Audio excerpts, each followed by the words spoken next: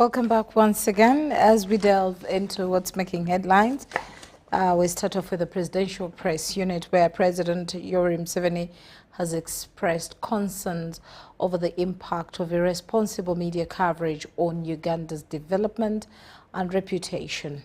The president made these remarks while meeting a group of government communicators at the National Leadership Institute in Chankwanzi. And we had the government small dairy factory at Bugorovi called Uganda Dairy Corporation. It was producing only 20,000 liters a day. So this man wanted to upgrade it to process more milk into more products. Now, we leased him the government factory at $1 symbolic, just free. My daughter, Margaret Muhanga, was in one of the papers. She put a headline, government sells Uganda Dairy Corporation for $1. It was headline. Then they started attacking the government. Now, the other man, the one who had agreed to invest, has a board in Bangkok. They saw this, because he's the one who was telling you about Uganda. They didn't know. Murwani, the one who had brought him to me, for them, they didn't know Uganda. It is him who was telling them, Uganda is good, I'm going there to invest. Now, I think the board members started taking interest, putting on the internet to know more about Uganda. They saw these stories. Say, where are you going here? Stop. The man stopped. This irresponsibility is very, very dangerous. Very dangerous. So I totally agree that I will also issue a circular for the government people. But how about the newspapers? Like in this case, Margaret Muhanga was not in the government. She was in the paper that I don't know which paper she was working for. But they can also be told. Government will do to handle social media.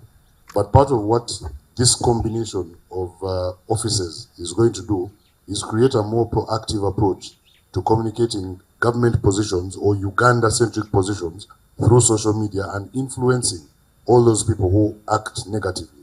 Because a lot of what happens on social media is, we'd even call it economic sabotage. But it's economic sabotage that is accidental on the part of especially our young people who do not understand what their communication does to this country's reputation and economy. But then there's also that one that is deliberate, which is linked to what you've said about a publication like Daily Monitor.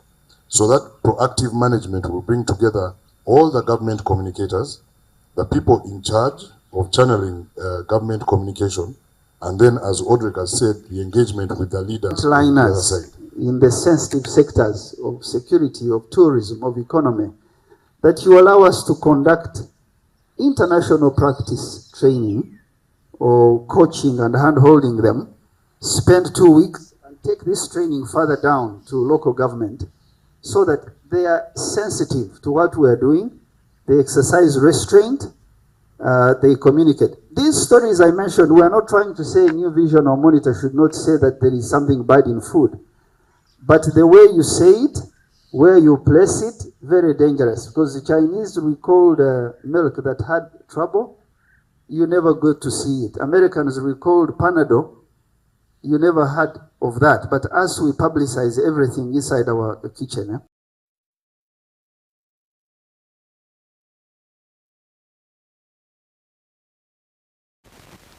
Now, hundreds Friday gathered at St. Joseph Cathedral in Gulu City to witness the enthronement of the new prelate of Gulu Ecclesiastical Province, Right Reverend Raphael Walkeroch.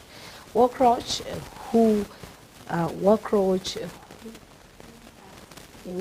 who has previously worked as the Bishop of Nebi Diocese, will now serve as the second Archbishop of Gulu Archdiocese. O God, who have made the blood of martyrs the seed of Christians. Leading the 3rd June liturgical Mass for the Martyrs' Day celebrations for 2024 was the last assignment for the Right Reverend Raphael Wokrach as the Bishop of Nebi Diocese. Having been appointed by Pope Francis as the new Archbishop of Gulu Archdiocese in March 2024, Right Reverend Raphael Wokrach Pamoni has been installed this Friday. The colorful event hosted at St. Joseph Cathedral in Gulu City was attended by faithfuls, clergy and members of the general public.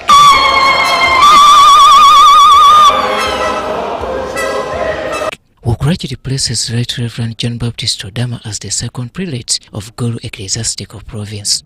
For me, it is very significant. 25 years with you, the people of. Addressing the congregation shortly after his enthronement, Right Reverend Raphael Wokrach did bid farewell to Nebi Diocese as he now focuses on the new office. I will dearly pray for you. He further commended government for all the support rendered towards God's work. The consecration mass was attended by the Pope Nuncio Uganda, His Excellency Luigi Bianco.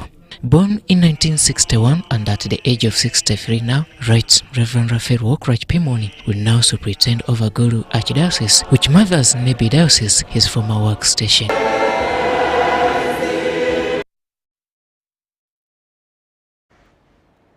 Now, President Yoweri Museveni has commended the Catholic Church for carrying out the candor of development and peace in the country, as well as championing education and health among followers.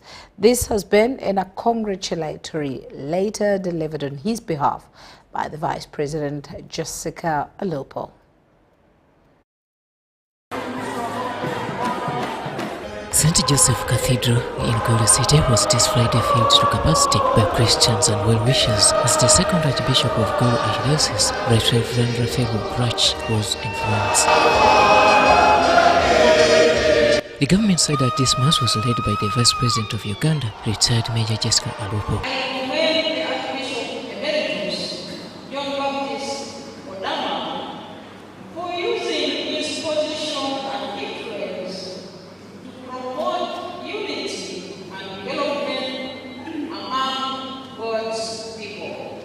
Alupo was representing His Excellency Yoweri Museveni, who was invited by the church as the chief guest. He has worked with the NRA government to bring peace to northern Uganda and wake up our people to fight poverty in their homes. The President's message further rubber-stamped the fruits of the church working with government. The church leaders should continue to sensitize and teach our people about the value of hard work and self-reliance.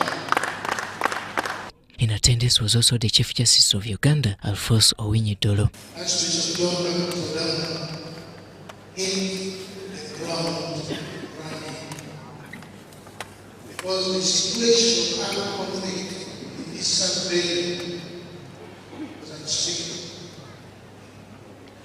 In him, we found the need, both spiritual, moral, and physical. The President also made a financial contribution and donated a vehicle to the new Archbishop. Gulu Ecclesiastical Province comprises of 4 dioceses: Gulu, Nebi, Arua, and Lira.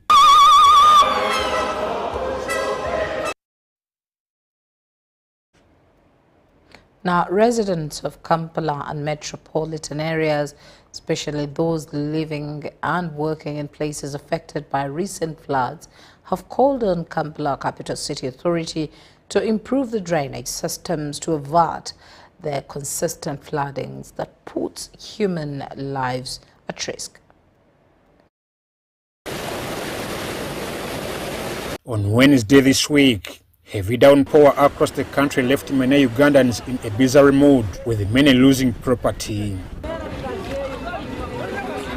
However, it was a worse situation along Entebbe and Natete access roads that link to the city center, especially in areas of Namasuba, Kakajo, Stella and Nakauka, among other places. UBC revisited some of the places affected by the heavy downpour in Namasuba along Entebbe Road, only to find the drainage systems still filled with stagnant water. In Rufuka village, particularly at Batabata area, residents had this to say. Amazzi gano nakagalabako emirundi esatu. Ogwasooka gwaliwo 99 ne minisita wa Works yajjako wano Mwami Nasaasira n'alaba ekyaliwo era kyekyaviibwako oluguudo luno okuluddamu balukole nga lulina leeni nnya. Emyaka egiseeko emabegaawo gye sijajjukira ng'ena oba 5 nga tutunagenda mu COVID, era Pulezidenti Museveni n'ajjako wano ku ssomero lino lwano nnyini Landmark nga gasaze ekkubo era yagabawo ne ku bintu ebikozesebwa ng'ebidomola, emifaliso ne Hajisaka Mwesi, a long-time resident of Vondeje village, attributes the flooding to construction works in other places.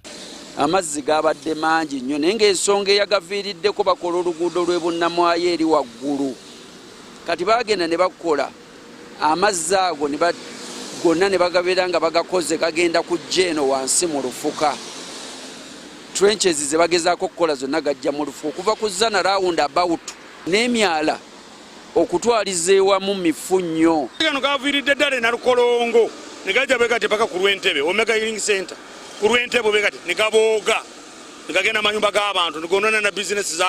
Various businesses were severely affected by the Wednesday floods.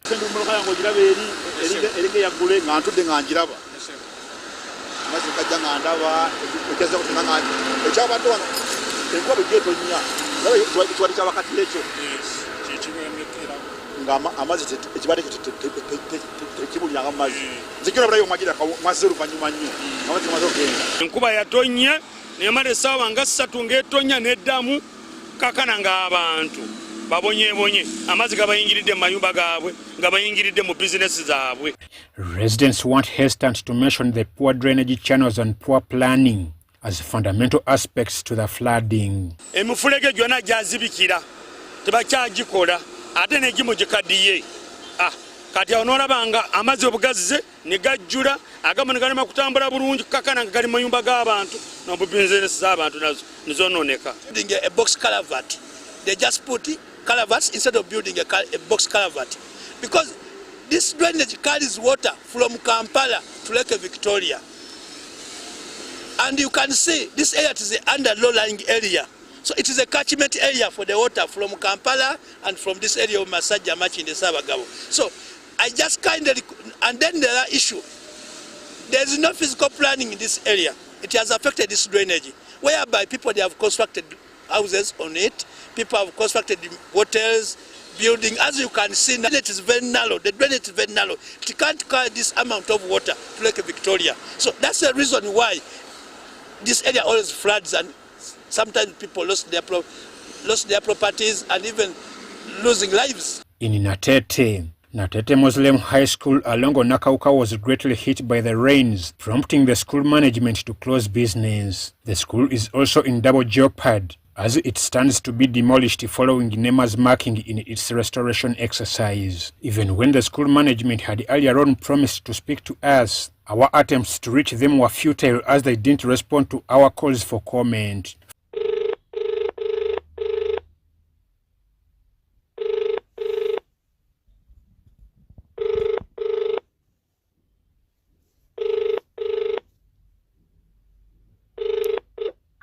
The subscriber you have called does not answer. Please try again later. The subscriber you have called does not answer. Please try again later. Following the recent experience, Kampala Capital City Authority has promised to improve the road and drainage systems. Flooding in the city has been a big problem, and I want to assure the public that as a city administration, we have planned in 2016-2017, KCCA developed what is called the Kampala Drainage Master Plan. This was funded by the World Bank. The acting publicist at KCCA, Daniel Niwe-Abine, links human encroachment on wetlands to the sabotage of water flow in the city. The exercise that is going on to remove people who have encroached on wetlands, but we are also desilting most of the channels. Dumping of garbage is another threat to the drainage systems. Regarding drainage, of course, I would encourage the public. Where you see flooding, it's not entirely as a result of KC failing to do its work. It's out of bad waste disposal practices by the public.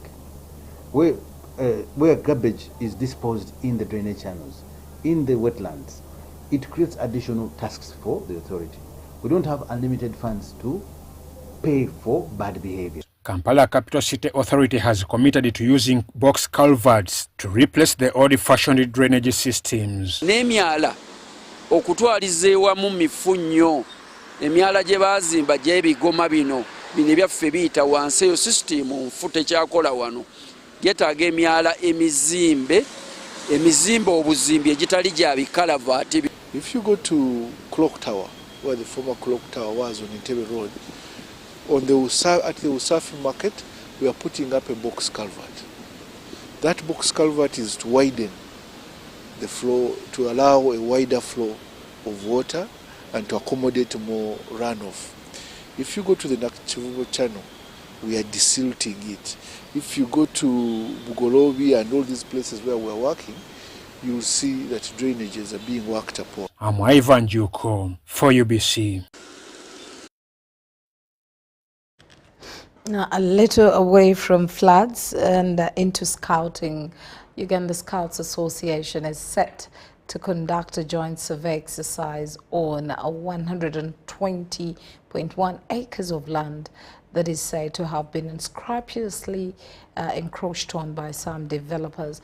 While carrying out the independent boundary opening of Kazi camping ground in Busabala, the Scouts Association vowed to petition the president and further seek legal redress if Parliament doesn't respond.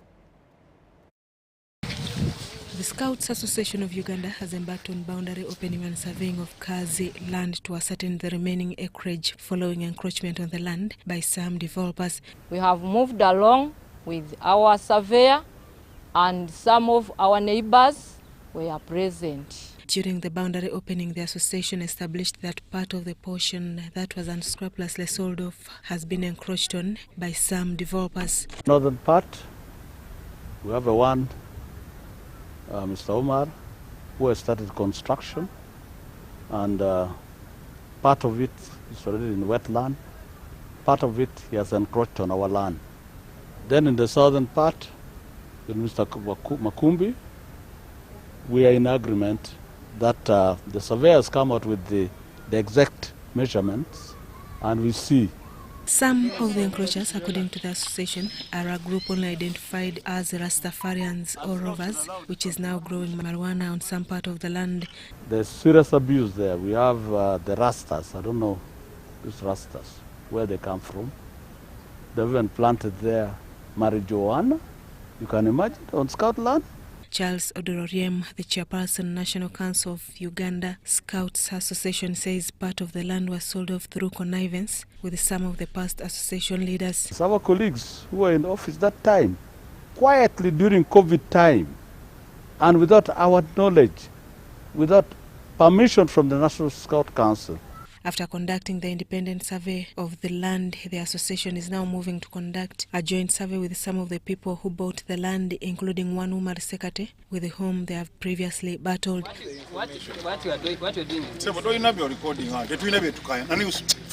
The association has faulted NEMA for remaining silent over the matter and have vowed to seek all possible legal solutions to recover and protect the land in question. One of NEMA must come and pronounce it very clearly.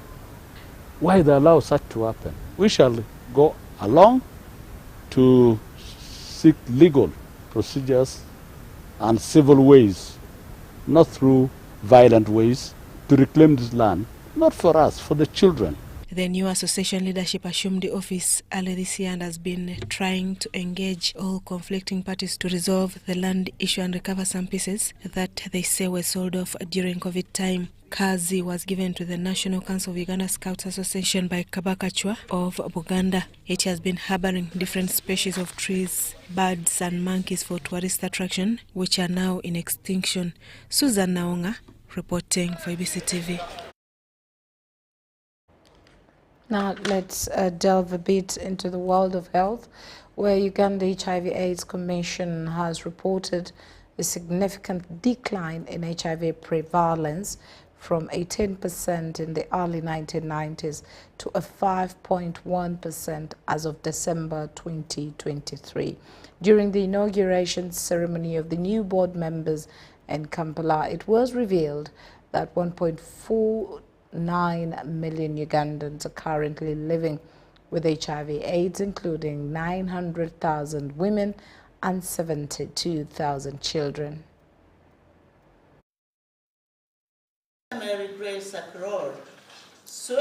The new board, consisting of 8 members, will oversee the Commission's activities until 2027. In his address, the Secretary for Presidency, Hajunis Kakande, emphasized the importance of the board focusing on the goal of ending HIV/AIDS as a public health threat by 2030. You are beginning your tour of duty at a very critical time, 5 years towards ending AIDS by 2030, which demands sustainable efforts in order to achieve the said targets. As advocates and ambassadors of Uganda AIDS Commission, you are duty-bound to promote vision, mission, goals, objectives, and value of Uganda AIDS Commission. The representative of the Director General of Uganda AIDS Commission, Vincent Bagambe, stated that while progress has been made, the country could achieve more with a more efficient allocation of resources towards HIV/AIDS prevention. In light of the many competing demands like climate change, conflict, and other pandemics that are taking attention away from HIV, this situation must change so as to ensure sustainability of the gains made against the epidemic and continuity of service to all Ugandans. He additionally highlighted the progress Uganda has made against the HIV/AIDS fight. Over 1.2 million of the people living with HIV are on treatment. And in terms of the 90-90-90 targets that were set by UNAIDS, about 92% of the people living with HIV are on treatment, and of these 92% have tested and know their status, and of these 90% know their HIV status. Dr. Ruth Senyonyi, the new chairperson of the board, stated their commitment to ending HIV/AIDS in Uganda with a strong emphasis on prevention. Among the challenges that we are going to address is ensuring that the gains made against HIV epidemic are not reversed. It is clear that the external funding space is continuing to reduce, and we will coordinate stakeholders of the response to find and use domestic solutions. This is the only way we shall ensure sustainability of the gains and not slip back into the hopeless situation we experienced in the 90s and the early 2000s. The outgoing team expressed their gratitude for the support received during their term of office. Committed, available all the time, and they did the work with passion. Members of the board include Dr. Stephen Watiti, among others. Justin Nakami, UBC News. Yeah. The Director E-Government Service at NITA Uganda, Collins Babirokam, has implored government entities, especially those in security, to interest themselves in upscaling in cybersecurity in order to fight crime. This newly inaugurated Cyber Vault facility seeks to equip students with knowledge in the latest technologies in cybersecurity and networking. Through various trainings, students will be in position to address cyber threats. Cybersecurity, the reverse engineering that we have adopted here, is something to protect. We can't protect the cybersecurity system unless the students doesn't know what are the threats, and they should actually make the threat. So we teach them ethically, so that lawfully, so that the hacking methodologies that they have made to make into a penetration system is under a supervised system, so that they don't possess a threat. This laboratory is equipped with almost any technological prototypes, starting from servers, switches, routers, firewall, whether you are learning how to do a data center management. The Director, E-Government Services at NITAU, Collins Babirukamu, emphasized the critical role of curbing cyber insecurity in government and private institutions. Security officers now also, intelligence officers, security officers, police, in the army, this is a great time to think again about security, because security has turned around. It's not just for bankers, even security officers now. This is a good opportunity to reskill, because the warfare now is almost moving away from, is shifting in many ways from just physical security, guns and perimeter security. It's now moving to cyber warfare, which requires our security officers now to be cyber aware, because the threats are not just in country, but they're also coming from outside the country. The sophisticated tools will aid students with necessary resources to keep them updated in the transitioning cyberspace. Students, on the other hand, have been asked to embrace cyber knowledge to meet the evolving technology. And they have to have hands-on training and practical training. Along with that, they have to have grooming. The students who have come here, we want you to stand out as a very competent and very confident students. So build up, find opportunities, explore, network.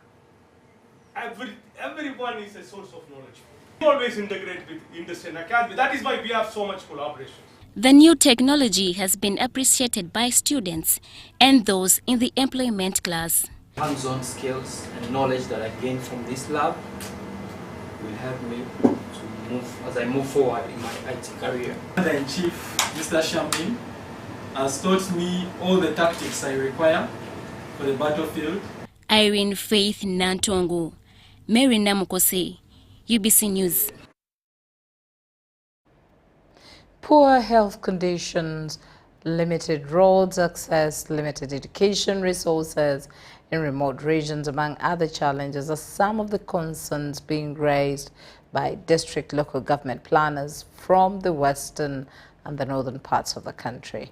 Planners say there is need for government and the National Planning Authority to consider basic resources of the wananchi.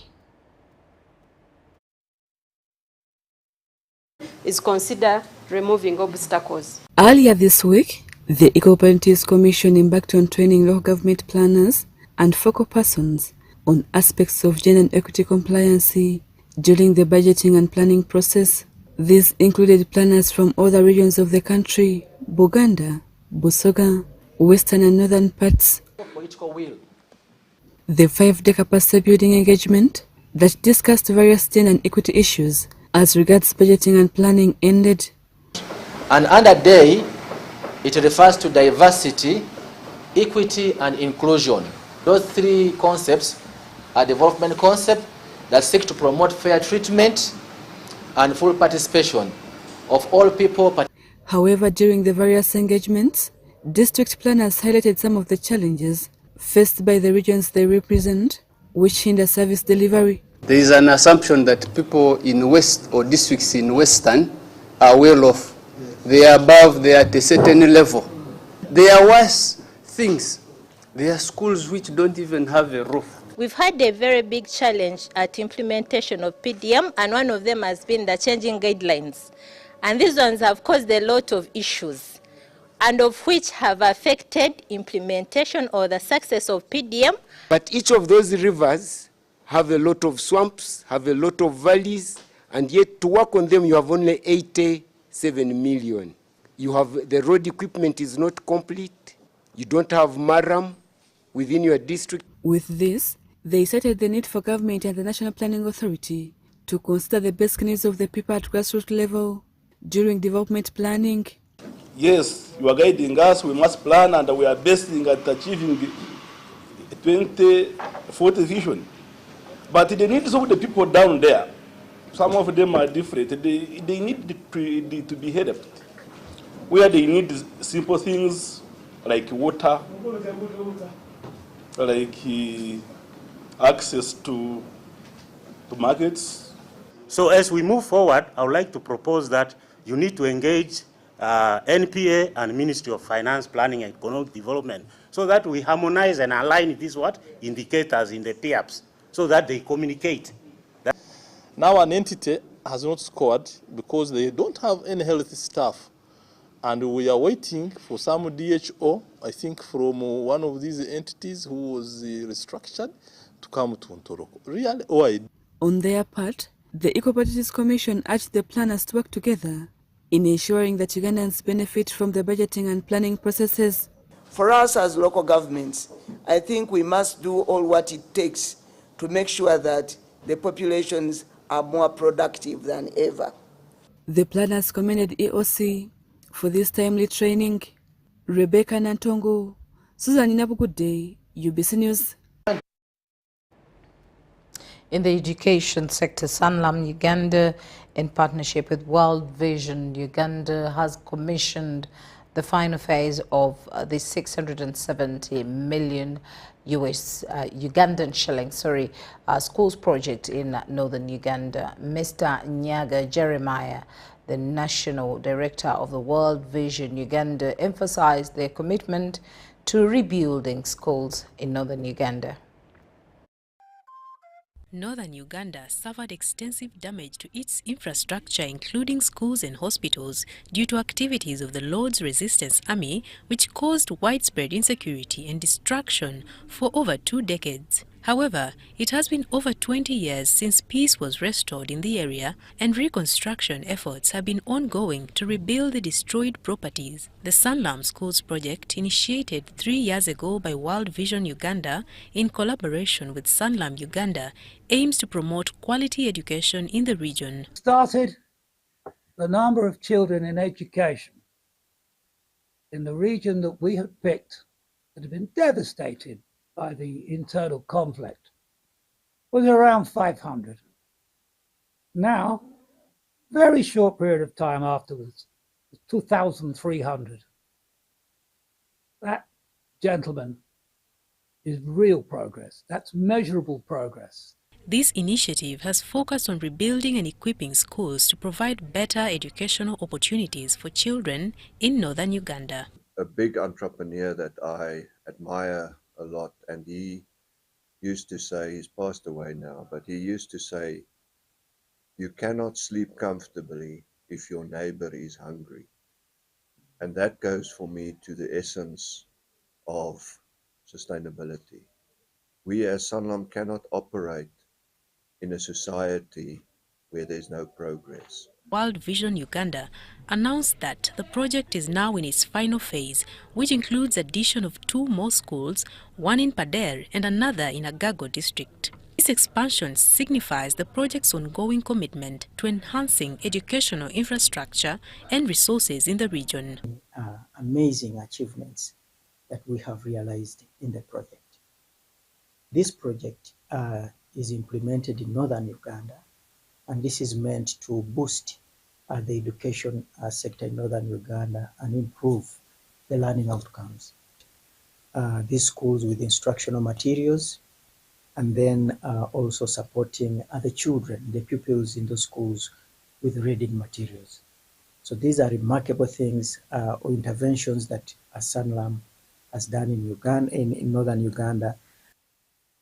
Mario Nawori and Jamil Sekaja for UBC. Uganda Law Society has launched a health and benevolent fund aimed at supporting advocates during time of health difficulties. Bernard Owundo, the president of Uganda Law Society, said with this fund, lawyers will get health support and healthcare services. we need to remember that he signed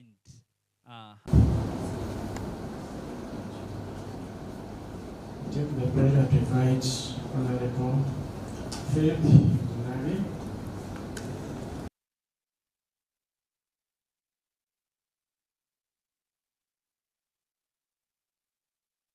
The fund will be the welfare arm of the Law Society. The conception of this idea arises from the challenges that we got during COVID, where we had to assist our members and be able to support them. This fund has therefore been set up to deal with the welfare of our members. And today we have inaugurated a board that is going to be responsible for this fund, and we have also, as Uganda Law Society, going to transfer 400 million Uganda shillings out of the members' contribution for purposes of the fund. So the contributions from the fund have been raised from membership contributions. Every member from the Uganda Law Society has contributed 100,000 Uganda shillings. Today we have 4,000 who have contributed, and making the total of about 400 million Uganda shillings that we are now sending to the farm. So you realize that this contribution is made annually. As the numbers grow, contribution to the fund will continue to grow. But that also means that more money will be invested, and there will be a return on the fund. We aim to create a robust support system that addresses the diverse needs of our members, from medical care, well-being, to financial hardships and that come especially with bereavement. In doing so, we not only strengthen our community, but also uphold the principles of justice and equity that our society stands for, but starting at home. As the inaugural chairperson, I am committed to working tirelessly with the board to establish transparent, efficient, and impactful processes. We will focus on fundraising, prudent management of resources, and creating awareness about the fund. Our goal is to ensure that every member of the Uganda Law Society feels secure, knowing that they are part of a community that cares.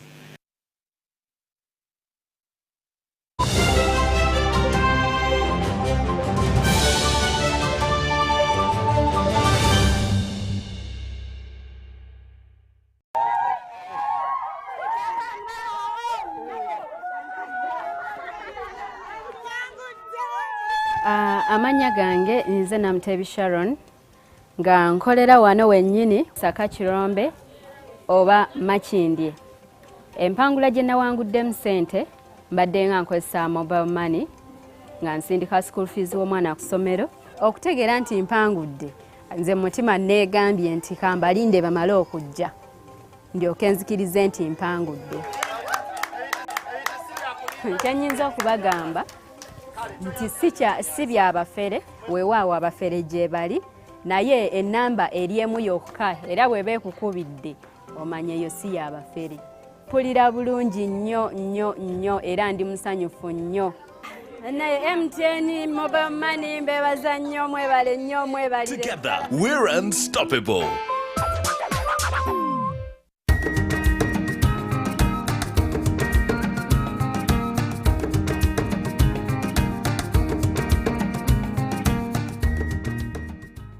Banyeta ko Muhangi Donata, the chairperson wa group ejeje.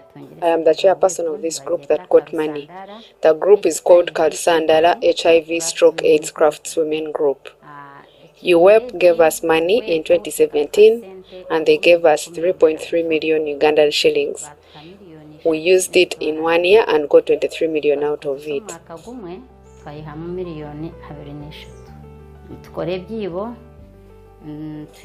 We do baskets and kitchen gardens, and we also have a saving group.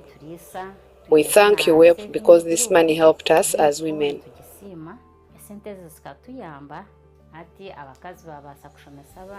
Women can now educate their children and build houses because many of them are single mothers.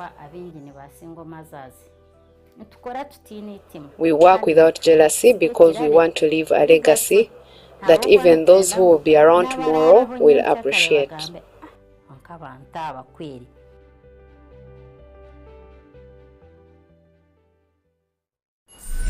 Gold. We all want it. That soft yellow glow of a subdued sun in your hands. That precious polish of elegance. To hold it is one thing, but to taste it is everything else. Relish the satisfying taste of a beer, unmatched in quality, unmatched in consistency, and with 23 Global Gold Awards. A beer unmatched in gold.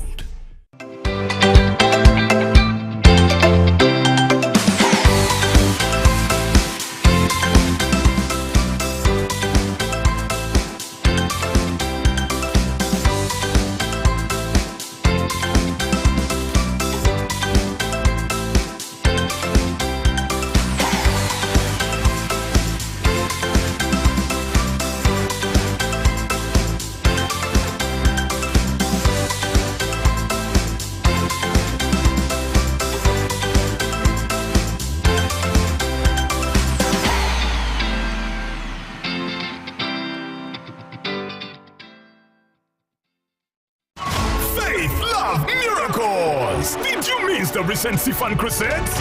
Don't worry! Christ for All Nations bring you 7 crusades closer to you. Powerful divine deliverance from bondages, yokes and curses. Salvation of souls, family restorations and miraculous healings. Don't miss Kampala Uganda District, Tororo, Pabo, Kaliro, Masindi, Soroti and Bidibidi Refugee Camp Crusades from June 24th to July 15th, 2024. Come and receive your miracle!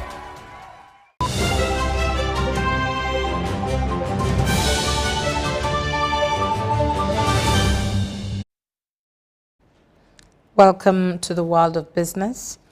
Now, Uganda Printing and Publishing sector takes center stage, and a call that has been made to prioritize digitization and printing domestically. It was during the stakeholders' engagement in Kampala that was meant to improve service delivery in the printing sector. Printing and publishing services that we offer to you.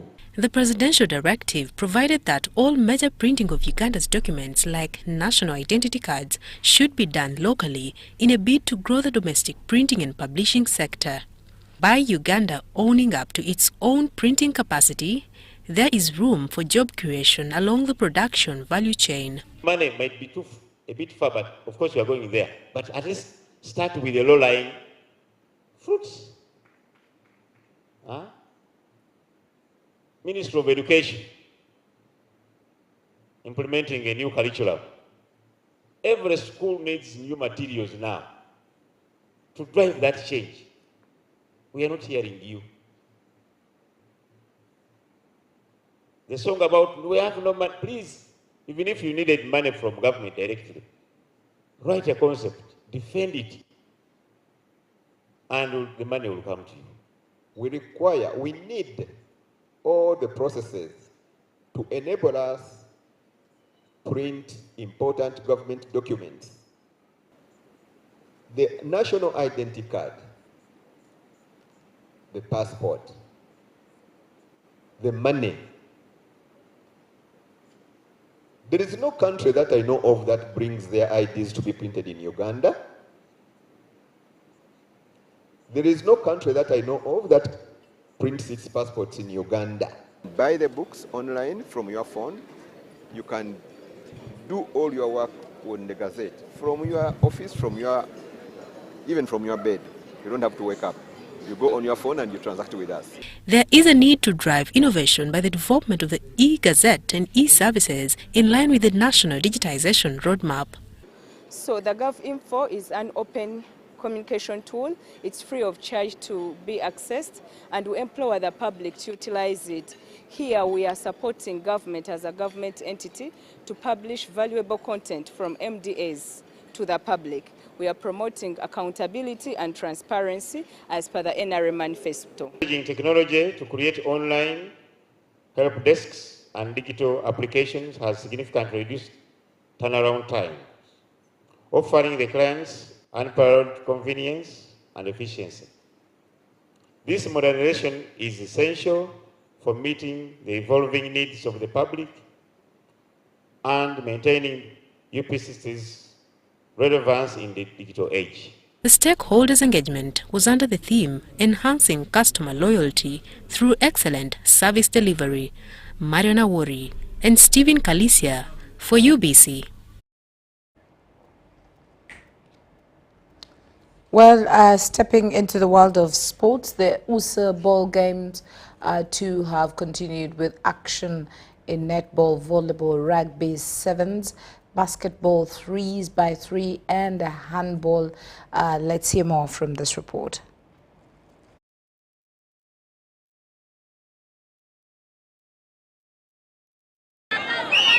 In netball, the top contenders all won 2 games of the day, with holders Chitende beating Ahmedia 33-19, Bodo SS beat Chibuli SS 24-18, Fort Portal SS beat Lugazi Homeland 31-15, Madina beat Kaihanga 34-6, and Dynamic beat Iganga SS 30-16, while Kadugala beat Kawempe 23-21. In girls handball, Gombe beat Maruzi 20-3, Masheruka beat Mustard Seed 5-2, Mbogo beat Weranyanji 12-6, and Chibuli beat Nabingo 22-8.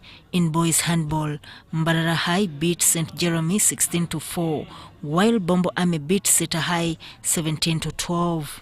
In boys 3x3 basketball, St. Cyprian Chavakade lost 8-9 to Nyakasura School, Seroma beat Ndeje 8-6, Chibuli beat Ntari 16-7, Amos beat Ivanda SS 15-11, Bodo beat Jinja College 10-9, and Chitabi Seminary overcame Mbale SS 7-3. In girls basketball, holders Chitende beat Chibuli 9-7, Bodo SS beat Immaculate 9-5, and also beat Iganga 13-12, as Seroma beat Mengo 12-1, while Amos beat Gombe 9-6. Feeling okay as the captain of the 3 years for Seroma. My expectations are to finish as the best in the country or among the best 3 schools in the country throughout the tournament. And so far we have won this set, and we want to win this trophy because we have moved far. The team is in good shape. First and foremost, I thank God for that. And so far we have played 3 games and we have won all of them. We're still in the group stages, and the group is a bit tough, but I know we are going to go with 100% from the group. And we see how we are going to perform in the quarterfinal, and I expect the good performance also at the quarterfinals. Twakakola draw emu tujikoze nechimanya press sacrament twakasinga emipiira 2 ngo omupiira ogumu gwe guno omulala twagusinze ku machawo ogwa Ahmadiyya eni guno gwa timu ya Lugazi ago tugusinze olwaleero. Ragibe 7 started Friday with several games where Green Hill beat St. Kagwa 17-7, Ntare beat St. John's 26-0, Mbarara High defeated Great Ubri 12-0, London College beat Chigezi High 10-0, and Jinja SS overpowered Chambogo College 33-0. The volleyball girls action sub Kedia Comprehensive, Seroma Christian High School, St. Elizabeth, Chinawa, Mary Hill and Amos all winning their games. In volleyball, Bukedea Comprehensive, St. Augustine, Mbogo Mixed all won all their games. The games continue Saturday with actions in all the disciplines of athletics, netball, handball, volleyball, basketball, 3x3 and rugby. These games, at which more than 6,000 athletes take part, are a Federation of East Africa Secondary School Sports Association Games qualifiers. The games will be hosted by Bukedea Comprehensive and Amos College this August.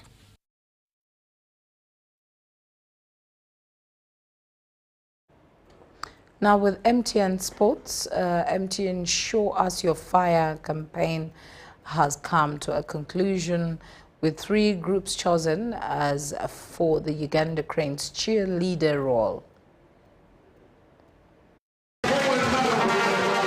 2 months of searching for Uganda Cranes ambassadorial funds courtesy of MTN's Show Us Your Fire, All Tulage Fire campaign have ended with the 3 winners made public. This campaign entered several competitors, either singular or plural, and were tasked to film short videos of themselves in cheerleading mode.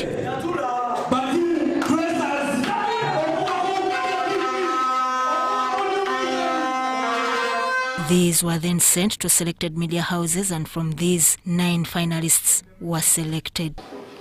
The team that will be selected to support will be best on how you continue to perform. This ambassador cheerleading is not about the game only at the pitch, but how you continue to help Ugandans to love Uganda Cranes and to support their team. These 9 then underwent a process of seeking votes, and this process has climaxed with 3 groups named in first, second and third position for the ambassadorial role for the Uganda national men and women's football teams. Because of your love for football, okay, we are getting as MTN some of the love from you. Okay, it's such a great honor for you guys to love us as MTN, because we love the sports of football. We love Uganda Cranes. Our love as MTN and your love as the fans have brought us together. Let this bond never break us. Jackson Sewanyana, popularly known as Uncle Money, emerged first with 44,464 votes and got 5 million shillings, and has the honor of leading the Uganda Cranes cheerleading efforts. The first runner-up is Stephen Dressers, that garnered 38,286 votes and also got 5 million shillings with the privilege of being part of the official cheerleading squad. The second runner-up is Kamodo, who also got 5 million shillings and has the esteemed role of cheerleading for the Uganda Cranes. Nze okwagira omupiira saakitwala nti business, nakitwala nti okubeezaawo obulamu bwange. Kubanga okubeera ng'owagira omupiira n'okola kino n'okola kiri n'okola kino n'okola kiri n'odduka n'oddeeyo nga kikuuma obulamu bwange okubeerawo. These 3 groups will be part of the Uganda Cranes engagement starting this September with the AFCON qualifiers, including games against South Africa, Congo and South Sudan. The groups will be part of the team's home and away games and have a 1-year renewable contract. Winners, we are very excited.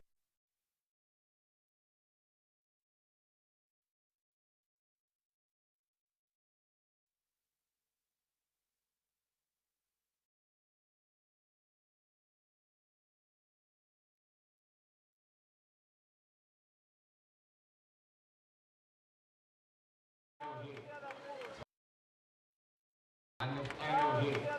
Tara Kizauzi, our winner, all eyes on lane number 3. She is going to 27. It is going to be a 27.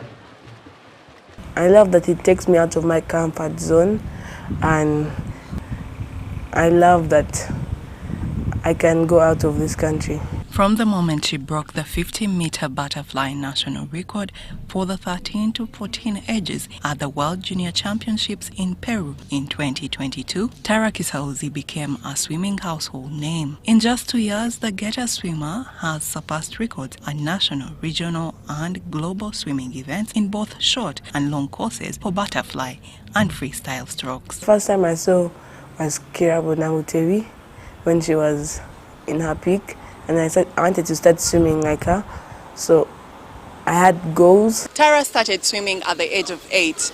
Little did she know that she would find this as a fulfilling sport and a profession she would be pursuing for her whole life. I started at a small club called Otters, then started going to Altona.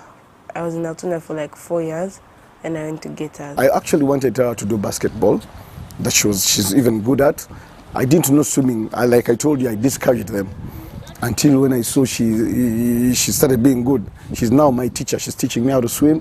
She's making me love the sport more and more. One time we go on holiday to Dubai, and then they want to start swimming and they don't know how to swim.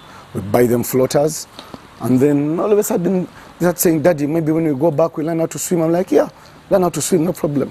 I didn't think that it would go further than it has. So we come back, and then the mom starts involving them into swimming. Then all of a sudden she comes and tells me, "Guess what? We're going to put them into SEALs." I'm like, "Well, it's okay." Then I go for the first competition. Tara, out of 8 girls, she's number 6. I'm like, "Mama, what are you doing here? Oh, we can't be embarrassed. She's not doing any well." Much as her swimming times did not impress at the start, her persistence and endurance kept her going. Today, Tara Naluwoza Chisauzi is Uganda's 50-meter butterfly record holder at 28 seconds and 97 microseconds. Her performance continues to impress even outside Uganda, notably the 27 seconds 71 microseconds in the 15 meters fly in Australia last year and the 29 seconds 9 microseconds at the World Aquatics Championships in Japan last year. Tara started the swimming. I was one in her house that discouraged her because she was number 5, number 6. She wasn't doing well. But the mom, my wife, was dedicated. She would say, no, Tara will make it. And the day came when she had joined Altona in COVID. All of a sudden she comes out and she's number 1. And I'm the first to come running. Like, Tara is good. Let's support her. We were tapering with Coach Eric. We went to Peru. And it was my first competition and I was so excited. I had 50 free and 50 fly. And I went for those races and 50 fly I got a national record of 28. Because back before Peru I was making 32s, then 30s. Because back then I was slow. Then in COVID when everyone was sleeping, I was with Coach Eric swimming every day.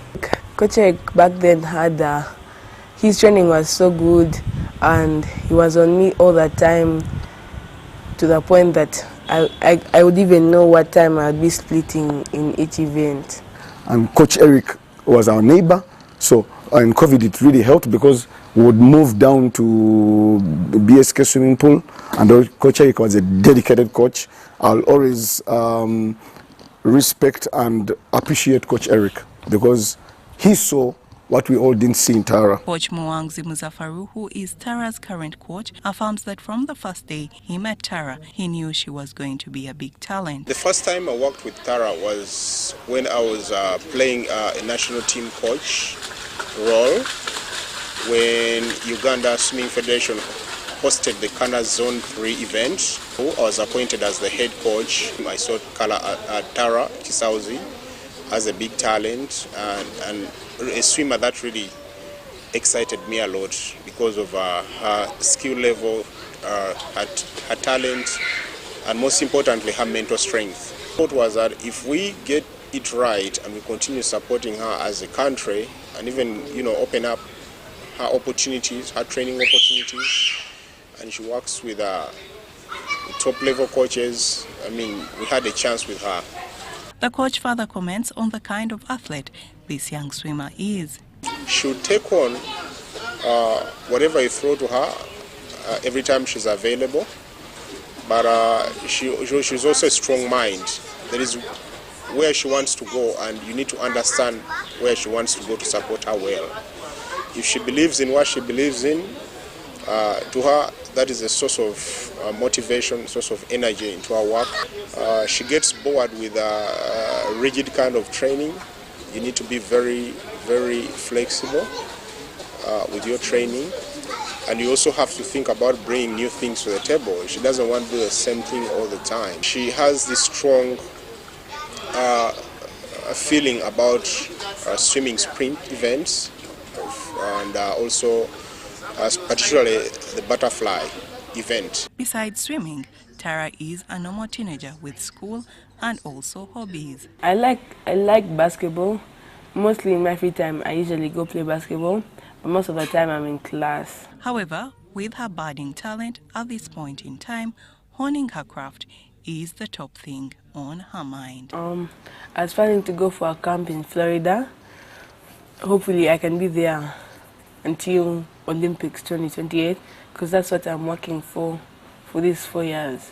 If she feels like it's the right time for her to move, which should be okay, and she's going to pursue her swimming in a better environment, we are more than ready to support her at that level. And I encourage my swimmers actually at one point in time to go out and explore the world. We will take her to all the camps we can afford to better her sport. We will stay here as parents supportive of what she's doing. It's the limit. She's going to push what she can, and we see, because she has also targets as a swimmer. But we know that whatever we put in, we're confident that we will achieve because she's determined. Because I want to compete in the Kana Zone 4 because I have people there faster than me. But in the Zone 3, I have to race by myself, which doesn't really do me anything. And well, juniors and world championships, I would like to compete if I make the cut. As she heads to Florida, this butterfly queen hopes that she will be part of the Olympics team in 2028. For her, the sky is the limit. Grace Joyce Kemgisa, UBC News.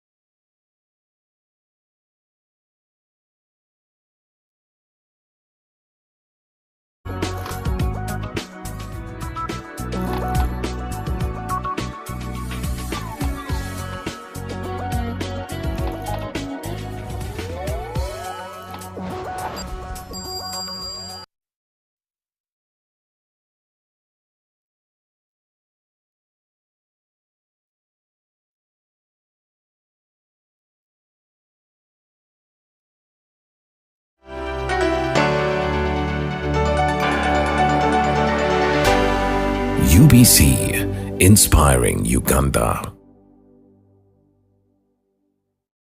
Program My School, a great students program and your answer to education perspective, giving you reason as to why you should pay school fees for a child's education with items like students' talents, thoughts, adventures and skills showcased, leadership skills and all other activities plus concerns in various schools in your locations. Remember that our children are our future generation. Don't miss Program My School. 107.3 Kampala, 96.9 Mbale, 95.7 Jinja, 98.6 Soroti. You are all covered. UBC Butebo